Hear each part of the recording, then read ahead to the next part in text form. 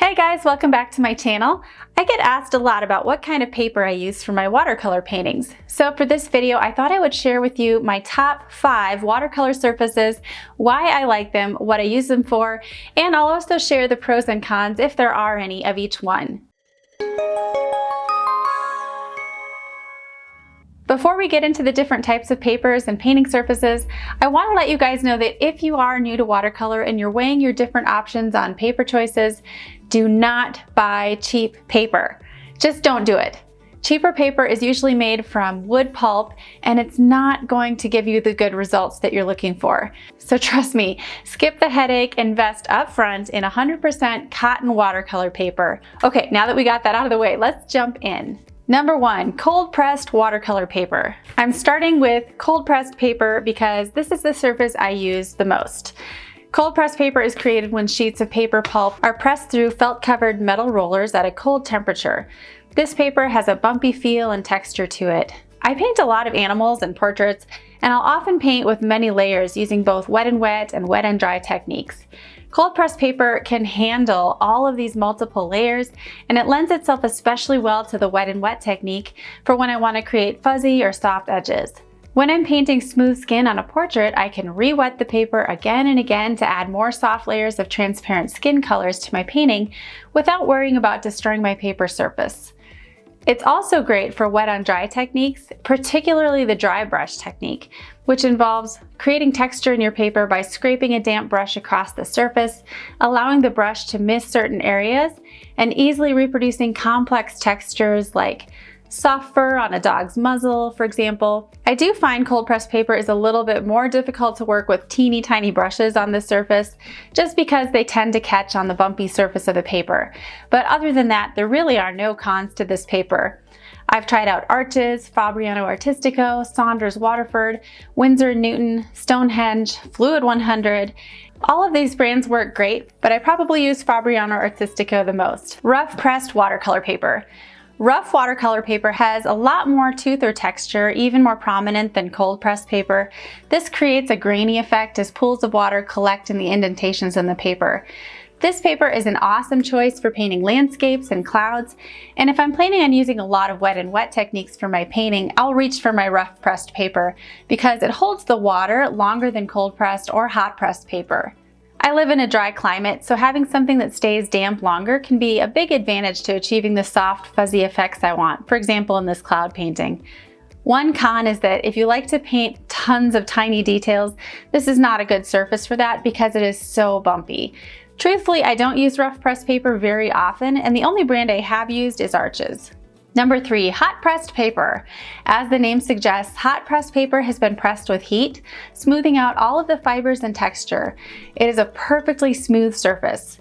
If I'm planning on painting something with lots of details, such as this garden scene, I'll often choose hot pressed paper. Hot pressed paper is also your best option if you have more of an illustrative style, and it's the preferred paper for most floral painters because you can get smooth and unbroken brush strokes without the interruption of grooves and texture. You can still use wet and wet techniques with hot pressed paper, but it does dry out very quickly. So one con is that I find it's more difficult to paint wet and wet, and I usually have to adjust my painting style accordingly. Both Arches and Fabriano Artistico hot pressed papers are top-notch in quality. Ampersand Aquabords. Aquabords are simply clay panels that have been prepared for watercolor. You can purchase them in all different sizes as either flat panels or cradled, up to 2-inch cradles. I really enjoy painting on aquaboards. As with all surfaces that are somewhat different, I find I have to adjust my painting style when working on them. For example, you can still use the wet and wet technique, but because the board is not absorbent, the same way cotton watercolor paper is, the paint and surface respond differently. You can expect more interesting shapes and edges to happen with your paint, and aquaboards are really great for creating spatter, blooms, and drips. A huge advantage to using an aquaboard is that it's very easy to lift your paint back out, and you can also scrape wet paint out using the reverse end of your brush to produce perfect white lines, like whiskers, for example. If you use many wet on dry layers, you can also create hyper-realistic art with aquaboards. One of my favorite watercolor artists, Ali Kavanaugh, uses aquaboards almost exclusively for her incredible portrait paintings. The last surface I want to talk about is watercolor ground on panels. Now, aquaboards can be a little expensive, so if you love the idea of painting with watercolors on a board that's unbending, a surface that doesn't move, but you need a more budget-friendly option, this is a fun choice. You can purchase a tub of Daniel Smith watercolor ground for about $8.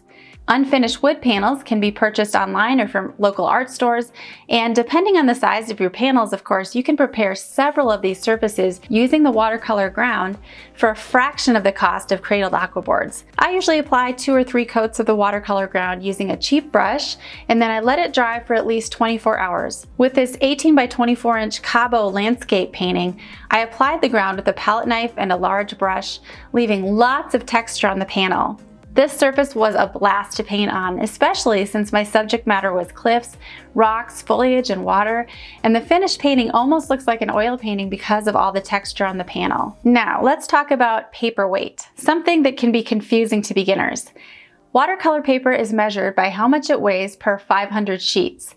The heavier the paper, the more water it can take without buckling. The 3 standard watercolor paper weights are 90, 140, and 300 pounds.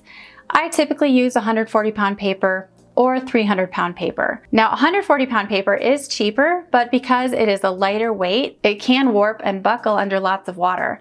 Many of my paintings are pretty small, 9 by 12 inches or smaller. When your paper is this small, you can get away with taping the sides down to your table, or my favorite way to use 140-pound paper is on blocks. Watercolor paper blocks are glued down on all sides except for a small corner or strip where you can insert a palette knife or a credit card to remove the sheet of paper. Blocks are more expensive than pads or sheets of paper, but I think they're worth it for the peace of mind and convenience.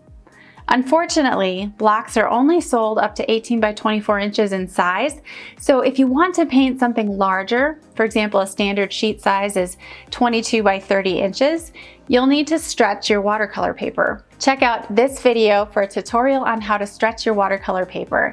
300-pound cotton watercolor paper is simply the best paper on the market. It can be purchased in large sheets and does not require stretching. Of course, it is the most costly option.